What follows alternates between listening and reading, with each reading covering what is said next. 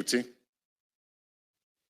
children of Sifiso, Wasi, Tabo, Knox, Buhle, grandkids, the Dabengwa family, those who have traveled from Zimbabwe, we see you, we recognize you.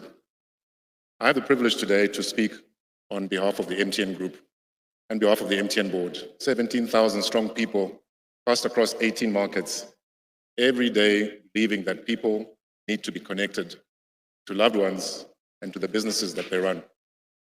The story of telecommunications, the story of the digital economy in Africa, over the last 30 years, has many chapters, Sifiso Dabengwa's name in it. Sifiso is a giant of MTN, but Sifiso was a giant of Africa. One of the first, I would imagine, the last 30 years to be recognized as a Pan-Africanist, who worked with others, including Utuman Tleko, Irene Chanley, Doti Desai, and many others who are in the room today to build this great company that some of us have the privilege to lead.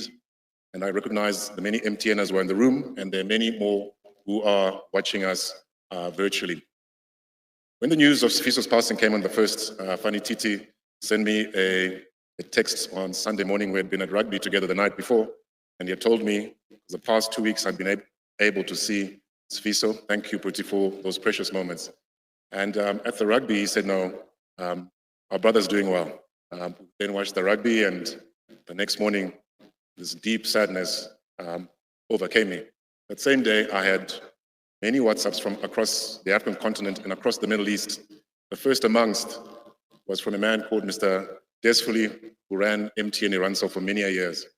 Then the messages started popping from Nigeria, from Uganda, from Ghana, from here in South Africa.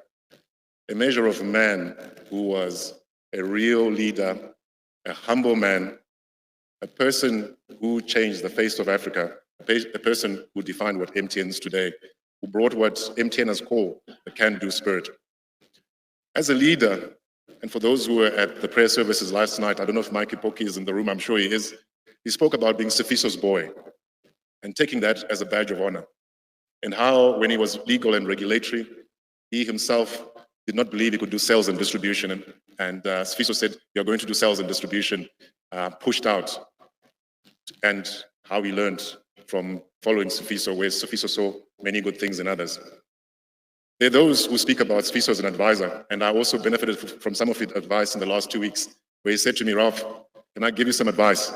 As you're putting money into the network, just put all the money into the network. This other stuff, fintech, is a waste of time.